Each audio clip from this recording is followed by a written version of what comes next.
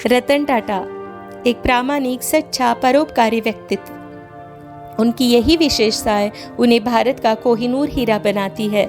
वे सिर्फ एक सफल बिजनेसमैन ही नहीं बल्कि सक्सेसफुल इंडस्ट्रियलिस्ट, एंटरप्रेन्योर, इन्वेस्टर और साथ ही साथ एक सच्चा फिलैंथ्रोपिस्ट, परोपकारी इंसान भी हैं। नमस्कार, मैं मनीषा आप सभी का निर्माण चैनल पर स्वागत करती हूँ। आज का हमारा ये वीडियो सर रतन टाटा जी के जीवन परिचय के बारे में है। रतन टाटा जी का बचपन बहुत अच्छा नहीं था। उनका जन्म 28 दिसंबर 1937 में मुंबई में हुआ था। उनके पिता का नाम नवल टाटा और माँ सोनी टाटा। जब वे 7 साल के हुए तब उनके माता पिता के बीच आपसी अनबन की वजह से तलाक हुआ। उसके बाद रतन टाटा और उनके भाई जिमी टाटा का पालन पोषण उनकी दादी नवाज़बाई टाटा ने किया। रतन टाटा जी की जिंदगी में उनकी दादी नवाज़बाई टाटा का बहुत बड़ा रोल रहा है। उन्होंने अपनी शुरुआती पढ़ाई मुंबई और शिमला में की और उसके बाद वास्तुकला की पढ़ाई के लिए कर्नल विश्वविद्यालय गए। फिर हार्वर्ड बिजनेस स्कूल से एडवांस मैनेजमेंट की पढ़ाई पूरी की। उन्होंने टाटा स्टील के शॉप फ्लोर से नीले यूनिफॉर्म में अपने करियर की शुरुआत की। 1971 में उनका प्रमोशन हुआ और वे टाटा ग्रुप के इलेक्ट्रॉनिक कंपनी के डायरेक्टर बने। उस समय घाटे में चल रही नेल्को कंपनी को 2% से बढ़ाकर 40% तक मुनाफे में लाकर उन्होंने अपने सूझबूझ का परिचय दिया। 1991 में जेआरडी ने रतन टाटा को टाटा ग्रुप का चेयरमैन बना दिया। तब वे सिर्फ 21 साल के थे। तब से इन्होंने टाटा ग्रुप के हित में काफी महत्वपूर्ण फैसले किए हैं। 1998 में उन्होंने व्हीकल के क्षेत्र में काम करना शुरू किया।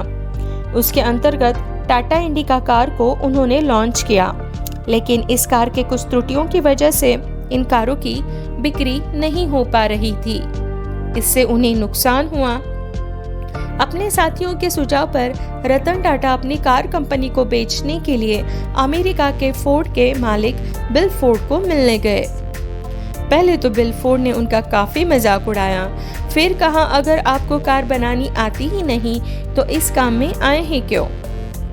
आपकी कंपनी को खरीदकर हम आप पर एहसान कर रहे हैं। फोर्ड की ये बात रतन टाटा जी को बहुत बुरी लगी और बिना कोई डील किए वे वहां से वापस लौट आए और फिर अपनी कार कंपनी को ना बेचने का उन्होंने फैसला किया और अपनी मेहनत से अपनी कार कंपनी को एक ऊंचे मुकाम पर ले गए। उधर बिल फोर्ड को अपने कार के व्यापार में इतना नुकसान हुआ कि उन्हें अपनी Jaguar land rover Tata Motors को बेचनी पड़ी।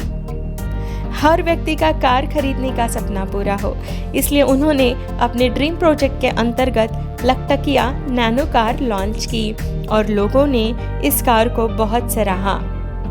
जिंदगी भर इन्होंने अपने उसूलों और सिद्धांतों से कोई समझौता नहीं किया और टाटा ग्रुप की गरिमा को बनाए रखने में अपना सहयोग दिया।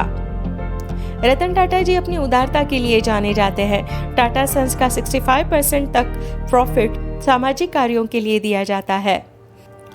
टाटा सन्स के मुंबई के ताजमहल होटल पर 26 नवंबर 2008 में जो आतंकवादी हमला हुआ उसमें घायल हुए स्टाफ को ही नहीं बल्कि होटल के बाहर जो भी इस हादसे का शिकार हुआ उन्हें भी टाटा सन्स ने मदद की। स्वभाव से शर्मीले रतन टाटा जी ने कभी शादी नहीं की। उन्होंने एक इंटरव्यू में बताया लॉस एंजलिस में एक लड़की से उन्हें प्यार हुआ था।